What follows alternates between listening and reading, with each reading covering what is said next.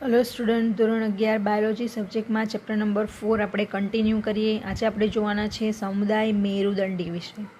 તો મેરુદંડી સમુદાયમાં જે પણ પ્રાણીઓનો સમાવેશ થાય છે એ મેરુદંડ ધરાવે છે। અને મેરુદંડ ક્યાં આવેલું આપણે જોઈ ગયેલા છે કે પૃષ્ઠવક્ષ બાજુએ આવેલું હોય છે, બરાબર। તો જોઈએ તો મેરુદંડી સમુદાયમાં સમાવેશિત પ્રાણીઓને મૂળભૂત રીતે મેરુદંડ પૃષ્ઠ બાજુએ એટલે મેરુદંડ ધરાવે છે। ક્યાં આવેલું હોય તો પૃષ્ઠ બાજુએ। પોલું ચેતારજ્જુ અને જોડમાં કંઠનાલીય ઝાલર ફાટોની હાજરી દ્વારા વર્ગીકૃત કરવામાં આવે છે। એટલે શું કે પૃષ્ઠ બાજુએ મેરુદંડ આવેલું હોય છે। એ મેરુદંડ પોલું ચેતારજ્જુ ધરાવે અને સાથે કંઠનાલીય ઝાલર ફાટની જોડ ધરાવે છે।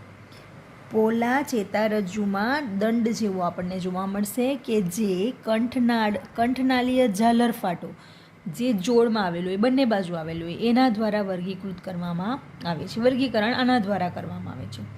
તેઓ દ્વિપાર્શ્વીય સમમિતિ ધરાવે, ત્રિગર્ભસ્તરીય અને અંગતંત્ર સ્તરીય આયોજન ધરાવતા દેહકોષ્ઠધારી પ્રાણીઓ છે, બરાબર।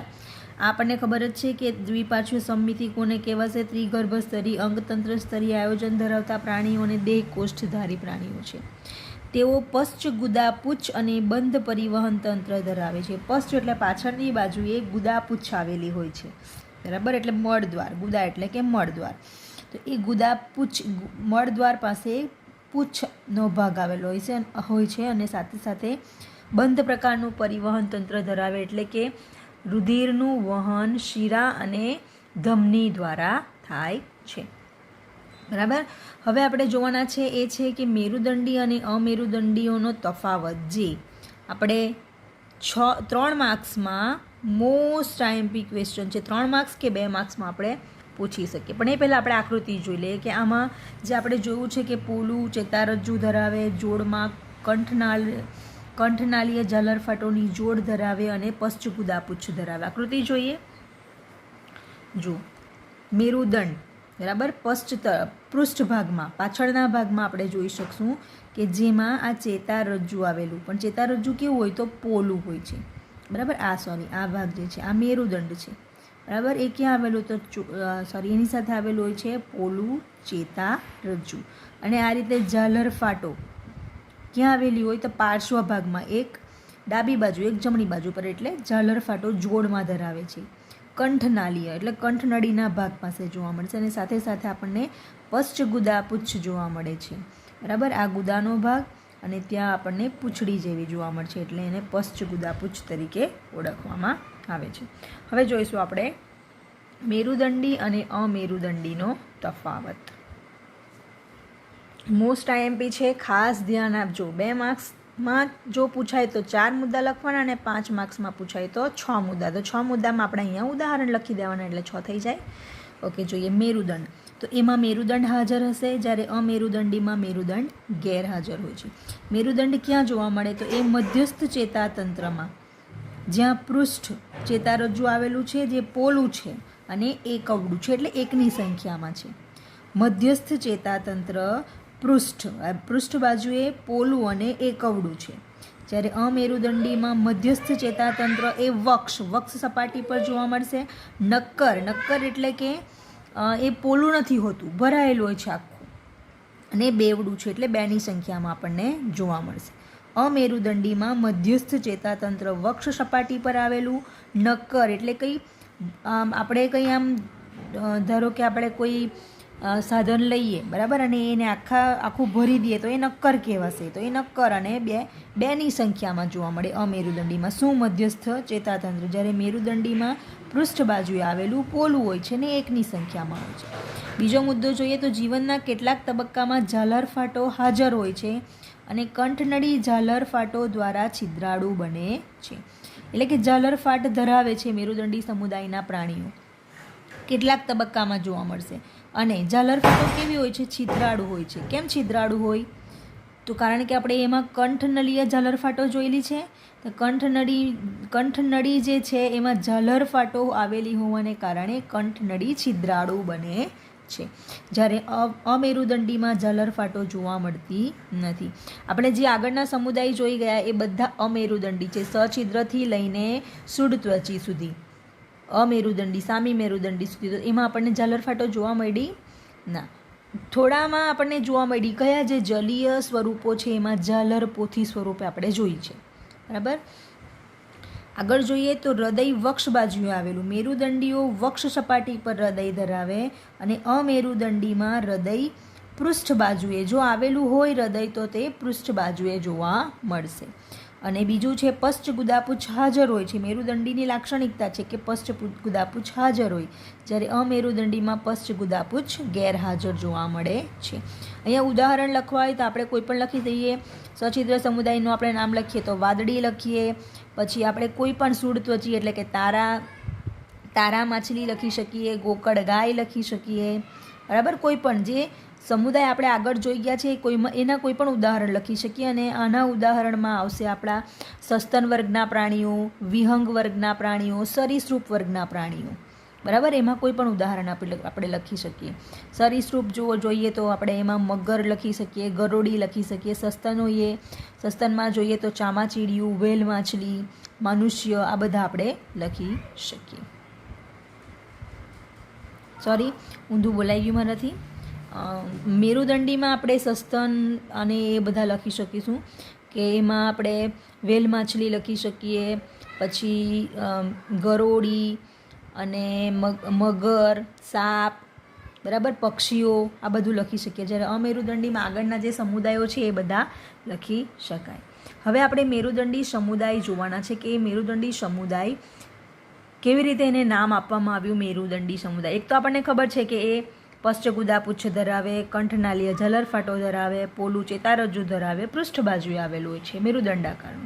પરંતુ એના વિશે આગળ જોઈએ તો આ જે મેરુદંડી સમુદાય છે એને 3 ઉપસમુદાયમાં વિભાજિત કરવામાં આવેલા છે. 3 ઉપસમુદાય એટલે કે મેરુદંડી, એમાંથી આપણને 3 સમુદાય જોવા મળશે. કયા કયા? તો પુચ્છ મેરુદંડી, કંચુક મેરુદંડી અને પૃષ્ઠવંશી. શીર્ષ મેરુદંડી અને પૃષ્ઠવંશી. પુચ્છ મેરુદંડીને જ કંચુક મેરુદંડી કહેવામાં આવે, બીજું છે શીર્ષ મેરુદંડી અને ત્રીજું છે પૃષ્ઠવંશી. બરાબર. પુચ્છ મેરુદંડી, શીર્ષ મેરુદંડી અને પૃષ્ઠવંશી. તો આ ત્રણેય વિશે જોઈએ આપણે. તો પુચ્છ મેરુદંડી અને શીર્ષ મેરુદંડી ઉપસમુદાયો ઘણીવાર આદિ મેરુદંડીઓ તરીકે ઉલ્લેખાય છે. પુચ્છ અને શીર્ષ મેરુદંડી સમુદાયો જે છે એને આદિ મેરુદંડી તરીકે પણ ઓળખવામાં આવે છે. એ કેવા છે તો સંપૂર્ણ દરિયાઈ છે, એટલે ખારા પાણીમાં જોવા મળતા સજીવો છે. પુચ્છ મેરુદંડીમાં મેરુદંડ ફક્ત ડિંભીય પૂંછડીમાં હાજર હોય છે. ડિંબ અવસ્થામાં પૂંછડીમાં મેરુદંડ જોવા મળશે. પુચ્છ મેરુદંડીમાં ફક્ત ડિંબ અવસ્થામાં જ જોવા મળશે. જ્યારે શીર્ષ મેરુદંડીમાં મેરુદંડ સમગ્ર જીવનકાળ દરમિયાન શીર્ષથી પુચ્છ સુધી વિસ્તરેલો હોય છે. પુચ્છ મેરુદંડીમાં પૂંછડીમાં હાજર હોય છે. પુચ્છ નામ આપી દીધું છે, પૂંછડીમાં મેરુદંડ હાજર. પરંતુ ક્યારે, કઈ અવસ્થામાં? ફક્ત ડિંબીય અવસ્થામાં જ. ડિંબમાંથી જ્યારે પરિપક્વ બનશે ત્યારે મેરુદંડ જોવા મળતો નથી. જ્યારે શીર્ષ મેરુદંડી પ્રાણીઓમાં મેરુદંડ આપણને એના સમગ્ર જીવન દરમિયાન જોવા મળશે. ક્યાંથી ક્યાં સુધી? તો શીર્ષથી લઈને પુચ્છ સુધી મેરુદંડ વિસ્તરેલો જોવા મળશે. ઉદાહરણ જોઈએ તો પુચ્છ મેરુદંડીનું ઉદાહરણ છે એસિડિયા, સાલ્પા, ડોલિયોલમ. અને શીર્ષ મેરુદંડીમાં આવશે બ્રોન્કિયોસ્ટોમા, એમ્ફિઓક્સસ, જે આપણે આપણી લેબમાં મૂકેલું છે એમ્ફિઓક્સસ. એ તમને યાદ કરાવજો મને તો મેં તમને બતાવીશ એમ્ફિઓક્સસ કેવું આવે. બરાબર. અને એસિડિયા એટલે કે પુચ્છ મેરુદંડી વિશે જોઈએ તો આ છે એની આકૃતિ. આ જે છે એ એસિડિયા છે. બરાબર.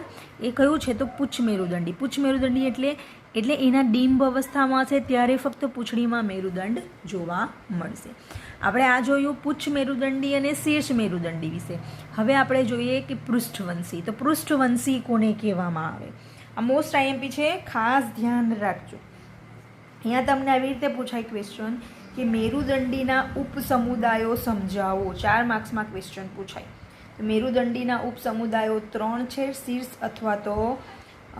શીર્ષ મેરુદંડી, પુચ્છ મેરુદંડી જેને કંચુક મેરુદંડી તરીકે પણ ઓળખવામાં આવે, અને પૃષ્ઠવંશી.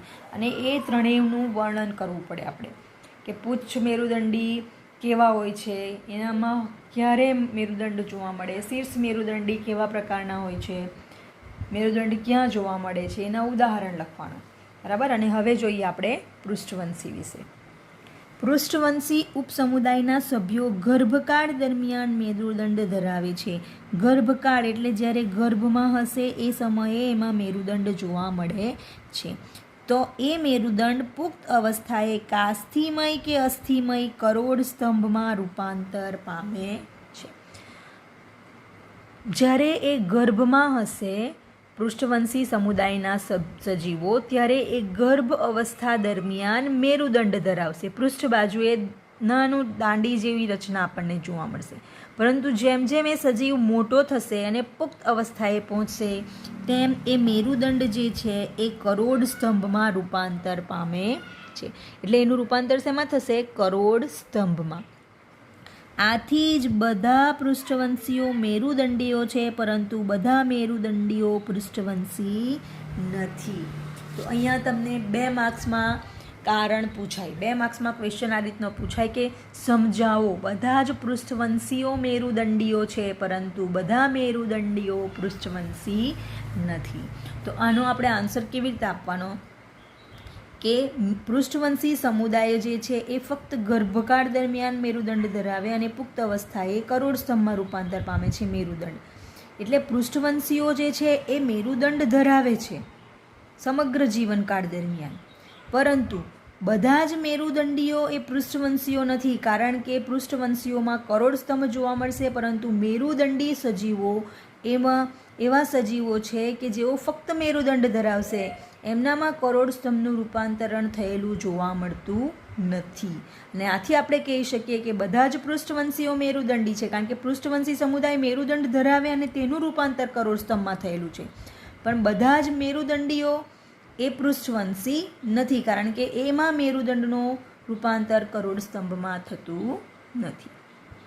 બરાબર? આપણને 2 માર્ક્સમાં ક્વેશ્ચન પૂછાય, સમજાવો એ રીતે. કારણ આપો એમ પણ પૂછાય.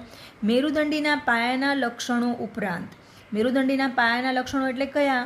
પૃષ્ઠ બાજુએ પોલું ચેતારજ્જુ, જોડમાં કંઠનાલીય ઝાલર ફાટો, પશ્ચગુદા પૂંછાજર, દ્વિપાર્શ્વીય સમમિતિ, ત્રિગર્ભસ્તરીય અંગતંત્ર સ્તરીય આયોજન.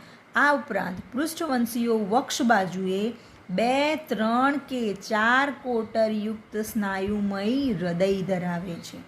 અહીંયા યાદ રાખજો, વક્ષ સપાટી પર 2, 3 કે 4 કોટરયુક્ત. એટલે આપણને ખબર છે કે મનુષ્યનું હૃદય 4 કોટરમાં વહેંચાયેલું છે, 2 કર્ણક અને 2 ક્ષેપક. 4 કોટર. કેટલાક પ્રાણીઓ એવા હશે કે જેમાં ફક્ત 1 કર્ણક અને 2 ક્ષેપક જોવા મળશે, એટલે આ ત્રિકોટરીય થયું. અને કેટલાકમાં ફક્ત કર્ણક અને ક્ષેપક, એટલે આ દ્વિકોટરીય થયું. દ્વિકોટરીય, ત્રિકોટરીય અને ચતુષ્કોટરીય સ્નાયુનું બનેલું હૃદય જોવા મળશે. ઉત્સર્જન અને આશ્રુતિ નિયમન માટે મૂત્રપિંડ જોવા મળે છે. ઉત્સર્જનની ક્રિયા અને આશ્રુતિ નિયમન. આશ્રુતિ નિયમન એટલે તમને કહેલું છે, આગળ સમજાવેલું છે કે શરીરમાં ક્ષારનું પ્રમાણ જાળવી રાખવાનું કાર્ય કરે. બરાબર? એ આશ્રુતિ કહેવાશે. તો એ આશ્રુતિ નિયમન અને ઉત્સર્જન માટેનું અંગ આવેલું હોય છે મૂત્રપિંડ, કે જેને આપણે કિડની તરીકે ઓળખીએ છીએ. તથા જોડમાં પ્રચલન અંગો કે મીન પક્ષો અથવા તો ઉપાંગો હોઈ શકે છે. જોડમાં એટલે 2ની સંખ્યામાં પ્રચલન અંગો આવેલા હોય. જે પ્રાણીઓ જમીન ઉપર રહેતા હોય તે ઉપાંગો ધરાવશે, અને જે પ્રાણીઓ પાણીમાં રહેતા હોય એ મીન પક્ષો દ્વારા પ્રચલન કરશે. એટલે આ એના વધારાના લક્ષણો છે પૃષ્ઠવંશીના. કયા? કે તે 2, 3 કે 4 કોટરયુક્ત હૃદય, ઉત્સર્જન આશ્રુતિ નિયમન માટે મૂત્રપિંડ અને જોડમાં પ્રચલન અંગો ધરાવે છે. બરાબર? અને આ પૃષ્ઠવંશી ઉપસમુદાય છે એને ફરી પાછું વિભાજિત કરવામાં આવેલું છે. અહીંયા આપણે શું જોયું કે સૌથી પહેલાં, એક મિનિટ, આપણે જોઈ ગયા છે અહીંયા કે સૌથી પહેલાં આપણે શું જોયું? મેરુદંડી સમુદાય, તેના 3 ઉપસમુદાયો જોયા. આપણે અહીંયા જોઈએ, આ રીતે જોઈએ કે આ મેરુદંડી સમુદાય છે. બરાબર? એને 3 ઉપસમુદાયમાં વહેંચવામાં આવેલા છે. 3 ઉપસમુદાયો કયા? તો પુચ્છ મેરુદંડી, શીર્ષ મેરુદંડી અને પૃષ્ઠવંશી. અને આ પૃષ્ઠવંશી જે છે એને ફરી પાછા ઉપસમુદાયોમાં વિભાજિત કરવામાં આવેલા છે. તો આપણે એ જોઈએ. આકૃતિ જુઓ, ખ્યાલ આવશે. આપણે ચાર્ટ જોવાના છે. આપણે આની ઉપર જોઈએ મેરુદંડીમાં 3 ઉપસમુદાયો. કયા કયા? પુચ્છ મેરુદંડી, શીર્ષ મેરુદંડી અને પૃષ્ઠવંશી. આ એના ઉપસમુદાયો. અને આ પૃષ્ઠવંશીને ફરી પાછા ઉપસમુદાય છે. એ પૃષ્ઠવંશીના 2 ઉપસમુદાય આવશે, હનુવિહીન અને હનુધારી. હનુ એટલે કે જડબું. તો હનુનો અભાવ હોય, જડબાનો અભાવ હોય તેવા પ્રાણીઓ અને જડબા ધરાવતા હોય તેવા પ્રાણીઓ. જડબાનો અભાવ હોય તેવો એક જ વર્ગ છે, એ વર્ગ છે ચુસમુખા. બરાબર. આ વિભાગ કહેવાશે. હનુવિહીન હનુધારી વિભાગ છે. કોના? તો પૃષ્ઠવંશીના. અને આ ચુસમુખા એ હનુવિહીનનો વર્ગ કહેવાશે. તે જ રીતે અહીંયા હનુધારી વિભાગ જે છે એના ઉપરી વર્ગ. પહેલે ઉપરી વર્ગ આવશે કે મીન પક્ષ ધરાવે અને ઉપાંગ ધરાવે. આપણે આગળ જોઈ ગયા કે પ્રચલન માટે મીન પક્ષો કે ઉપાંગો આવેલા હોય. તો મીન પક્ષો ધરાવે એને મત્સ્ય કહેવાશે, ઉપરી વર્ગ. અને ઉપાંગો ધરાવે એને ચતુષ્પાદ કહેવાશે. તો મત્સ્ય ઉપરી વર્ગના વર્ગ આવશે કાસ્થિ મત્સ્ય અને અસ્થિ મત્સ્ય. જ્યારે ચતુષ્પાદ ઉપરી વર્ગના વર્ગ આવશે ઉભયજીવી, સરીસૃપ, વિહંગ અને સસ્તન. ઉભયજીવી એટલે જમીન અને પાણી બંને ઉપર જોવા મળશે. સરીસૃપ એટલે પેટે સરકીને ચાલતા પ્રાણીઓ. વિહંગ એટલે કે પક્ષીઓ. અને સસ્તનો એટલે કે સ્તનધારી પ્રાણીઓ. બરાબર. અને અસ્થિ મત્સ્ય અને કાસ્થિ મત્સ્ય એટલે એનું જે કંકાલ છે કાસ્થિનું બનેલું હોય તો કાસ્થિ મત્સ્ય, અને અસ્થિનું બનેલું હોય તો અસ્થિ મત્સ્ય તરીકે ઓળખાશે.